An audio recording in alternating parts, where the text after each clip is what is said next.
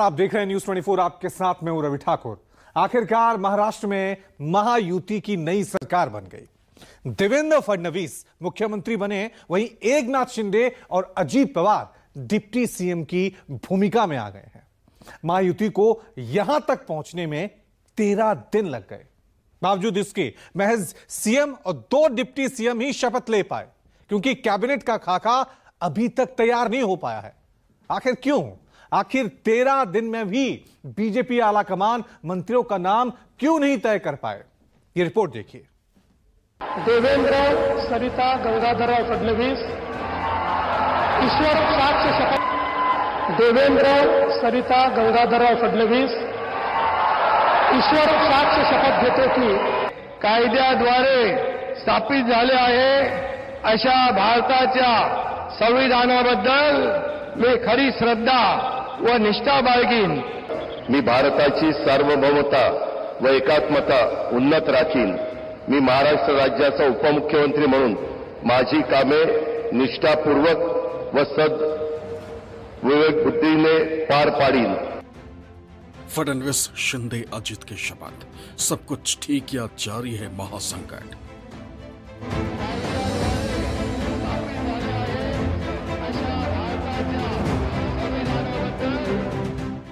महाराष्ट्र में बीजेपी में बॉस एकनाथ शिंदे को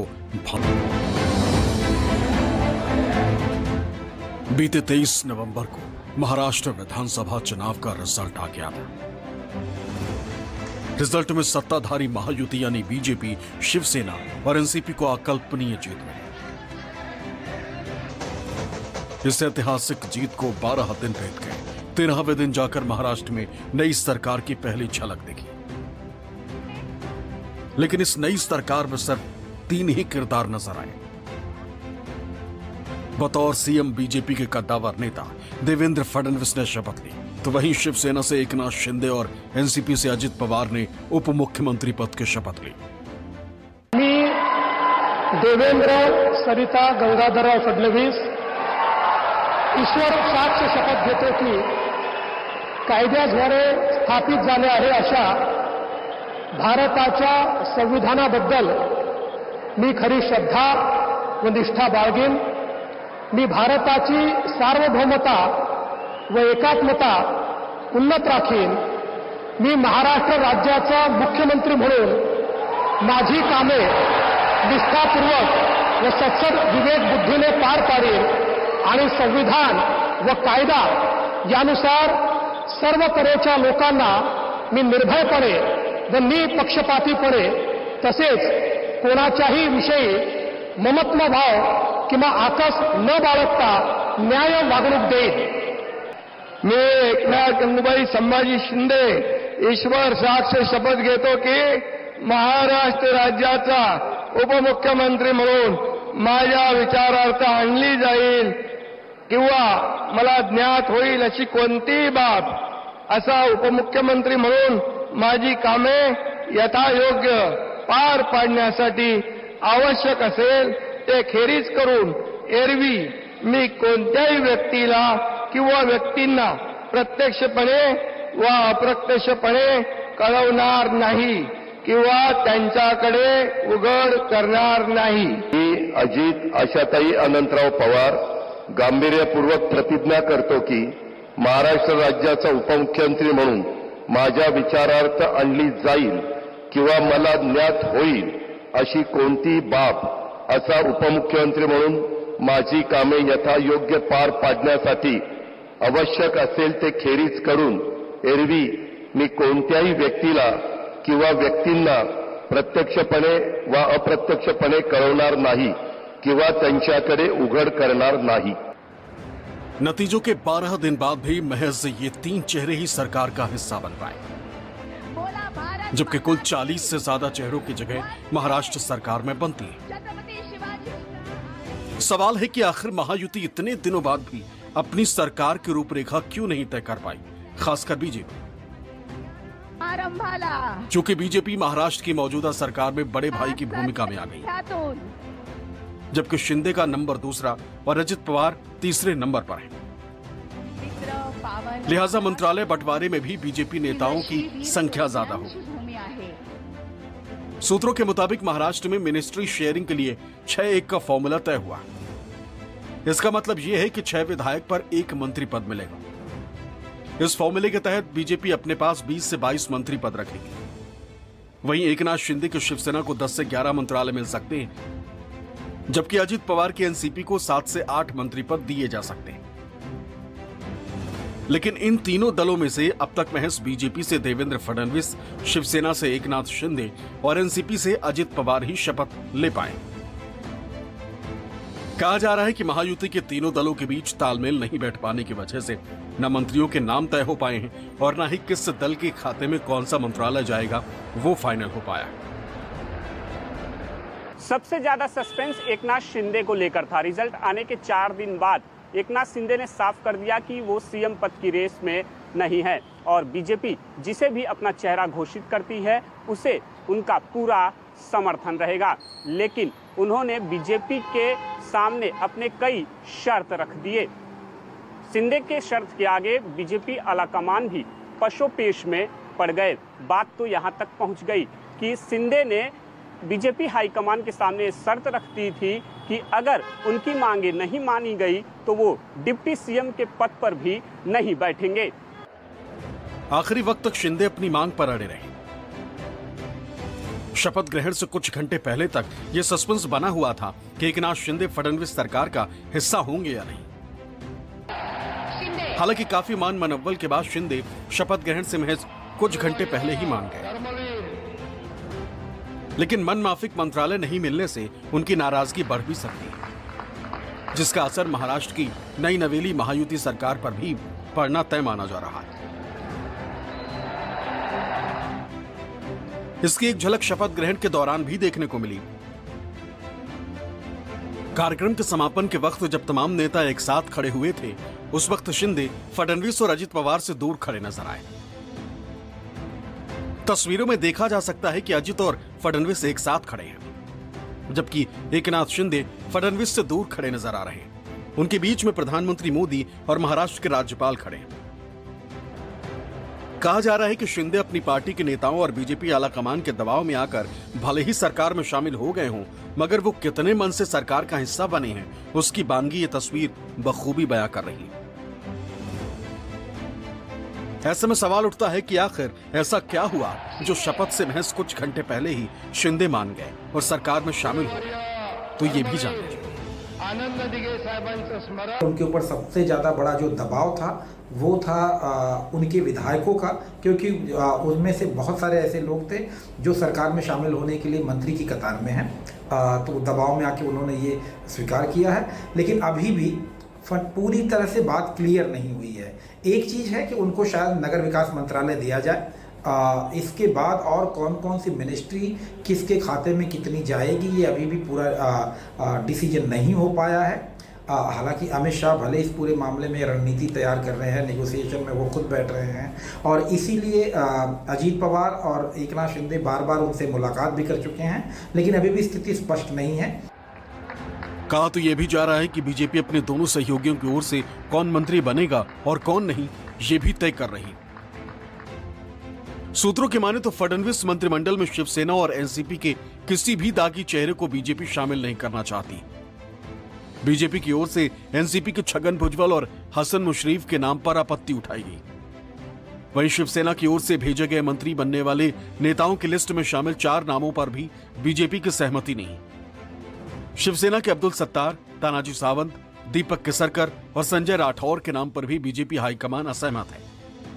यानी बीजेपी ने पहले शिंदे को सीएम पद देने से मना किया, फिर गृह मंत्रालय देने पर राजी नहीं हुई और अब मंत्रिमंडल के चेहरे भी बीजेपी तय कर रही। इस पर एकनाथ शिंदे नाराज बताए जा रहे हैं। यही वजह है कि महायुति के दलों में अब तक मंत्रियों के नाम तय नहीं हो पाए।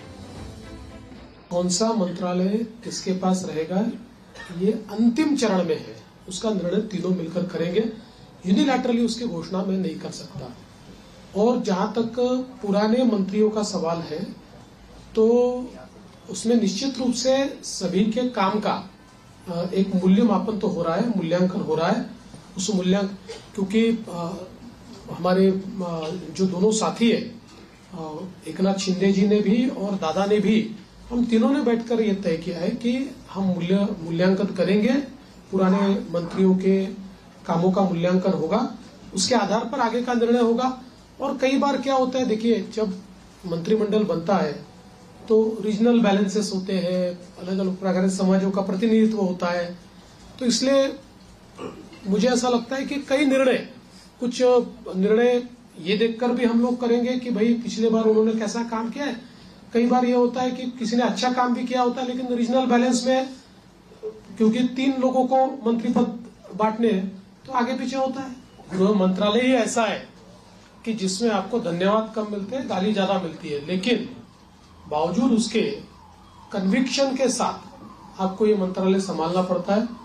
मैंने कन्विक्शन के साथ उसको संभाला और मैं इतना ही आपको कहता हूं कि इस कार्यकाल में भी हमारी सरकार गृह मंत्रालय के माध्यम से महाराष्ट्र में कानून व्यवस्था अच्छी रहे, महाराष्ट्र के लोगों को सुरक्षित लगे, इस प्रकार के सारे उपाय करेगी। कुल मिलाकर कहा जाए तो तीनों दलों के शीर्ष नेता भले ही एक साथ सरकार में शामिल हो गए हों, मगर इसे अच्छी शुरुआत नहीं कही जा सकती। संकेत इससे पहले भी अच्छे नहीं आ रहे थे। सीएम चयन से पहले एकनाथ शिंदे का अस्पताल में भर्ती होना, उनका अपने गांव जाना और बार बार ये बताना कि महायुति को प्रचंड जीत उनके सीएम रहते मिली।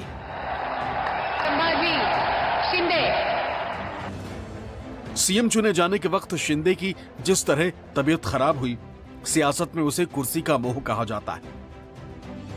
ये लक्षण जब किसी नेता में दिखाई देने लगे तो समझ लीजिए कि गठबंधन की गांठें कभी भी खुल सकती हैं। एक बात ये भी कही जा रही है कि अगर एकनाथ शिंदे खुश होते तो सीएम चयन के दौरान या फिर उसके बाद महायुति के सभी दलों के विधायकों की एक बैठक होती, जिससे यह साफ संदेश जाता कि महाराष्ट्र में महायुति की मजबूत सरकार आने जा रही है।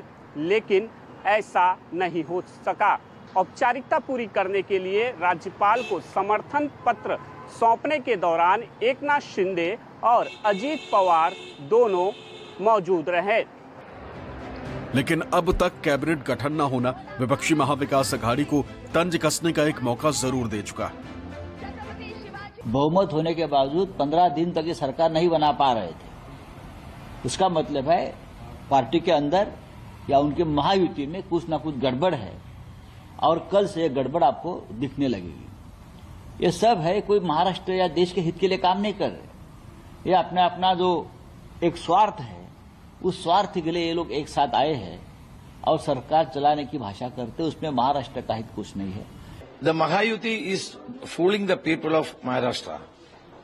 11 days they couldn't even form a cabinet. Till now they had not decided about the ministers and deputy chief ministers and their portfolios. This is definitely a mockery on the people of Maharashtra. हालांकि शपथ लेने के बाद खुद CM Devendra Fadnavis ने यह साफ कर दिया कि वो सभी को साथ लेकर चलने वाले हैं। जरी आमचे रोल बदलले असले, मी 14ला मुख्यमंत्री होतो, शिंदे साहेब आमच्या सोबत होते, 19ला 72 तासांकरता का होईना, पण मी आणि अजितदादा मुख्यमंत्री आणि उपमुख्यमंत्री होतो। मग मागच्या काळामध्ये शिंदे साहेब मुख्यमंत्री होते, मी उपमुख्यमंत्री होतो आणि अजितदादाही उपमुख्यमंत्री होते। आता पुन्हा मी मुख्यमंत्री आहे आणि शिंदे साहेब उपमुख्यमंत्री आहेत, अजितदादाही उपमुख्यमंत्री आहेत। रोल जरी आमचे बदलले असले तरी देखील दिशा तीच राहणार आहे, गती तीच राहणार आहे, समन्वय देखील तोच राहणार आहे। माननीय मुख्यमंत्री, अब सवाल है कि आखिर बीजेपी के पास बड़े बड़े रणनीतिकारों की बड़ी फौज होने के बावजूद भी मंत्रालयों पर कहां बात अटक रही। इस बार बीजेपी बहुत ज़्यादा जो है वो समझौता करने की स्थिति में नहीं है। एकनाथ शिंदे जब उद्धव ठाकरे से टूट के अलग हुए थे तो उस वक्त में बीजेपी के पास कोई ऑप्शन नहीं था। अब बीजेपी के पास 132 अपने विधायक हैं और 40 विधायक जो हैं वो अजीत पवार के हैं। अजीत पवार अपने फाइनेंस मिनिस्ट्री से खुश हैं, जो पहले ही चर्चा में निश्चित हो चुकी है कि इस बार भी वित्त मंत्रालय जो है वो उनके पास रहेगा और उनके बाकी लोगों के लिए कुछ चीज़ें दी जाएंगी। लेकिन एकनाथ शिंदे एक बड़ा नेगोशिएशन करना चाह रहे थे, वो अभी भी स्थिति स्पष्ट नहीं है। जाहिर सी बात है कि एक कदम एकनाथ शिंदे को ही पीछे जाना पड़ेगा, क्योंकि अगर वो सरकार में शामिल नहीं होते हैं तो भी उनके लिए नुकसान है, और अगर शामिल होते हैं तो जाहिर सी बात है कि उनके कुछ विधायक जो मंत्री बनने की कगार में हैं उन्हें मौका मिले। बहरहाल महाराष्ट्र विधानसभा चुनाव का रिजल्ट आने के बाद से बीजेपी ने जिस तरह से अपना रुख अपनाया है, उससे साफ झलकता है कि अब बीजेपी अपने सहयोगी दलों पर हमेशा हावी रहने वाली है और उनकी हर मांग पर झुक जाए ये भी नहीं होने वाला है। साथ ही बीजेपी ने यह भी क्लियर कर दिया है कि महाराष्ट्र में बिग बॉस वही है, और अगर शिंदे या अजीत पवार कोई भी बड़ा कदम उठाना चाहें तो वो स्वतंत्र हैं। Bureau report, news 24।